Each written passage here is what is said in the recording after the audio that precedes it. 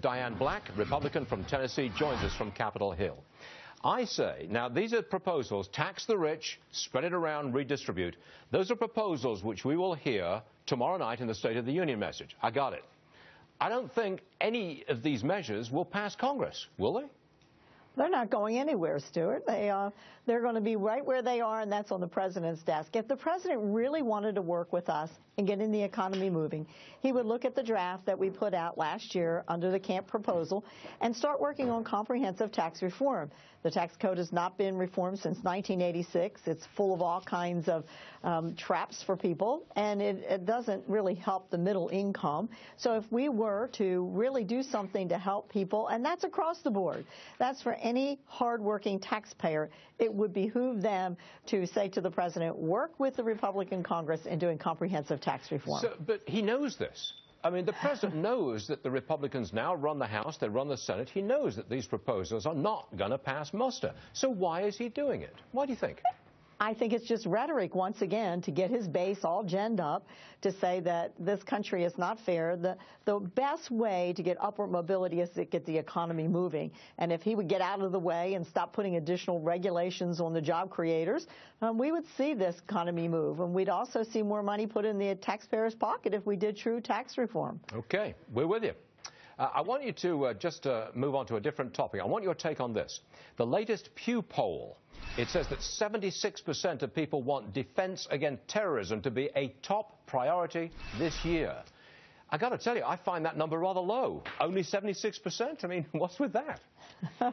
Well, I certainly hear it in my district that people are very concerned about what's going on, and given what happened just a week in Paris, it's really concerning about sleeper cells that we have right here in this country. But the first thing that we could do is have the commander-in-chief name our enemy, call them what they are. They're fundamentalists, Islamic terrorists. And once you identify your enemy, now you know a little better how you can go after them. But this president just refuses to identify who our enemy is.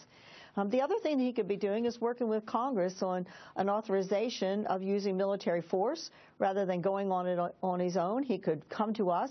And then third is the whole deal about the sanctions on Iran. We know that they support the Islamic terrorists.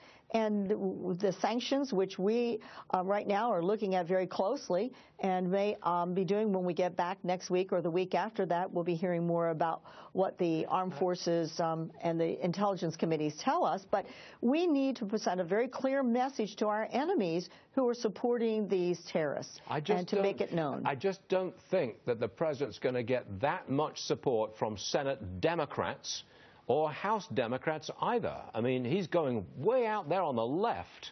And as they approach the 2016 elections, I wonder if Democrats in the House and Senate want to be that far left on all of these issues.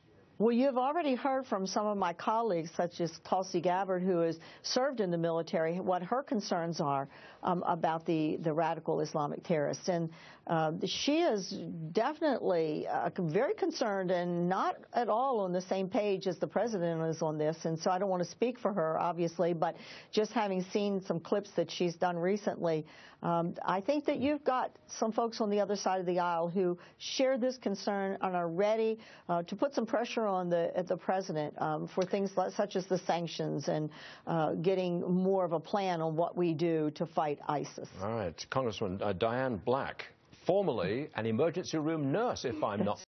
And I'd like to point that out because you're an expert on Obamacare, and we'd like to hear from that. Diane, thanks very much for joining us. We'll see you again soon. Thank you. You're very welcome. Thank you for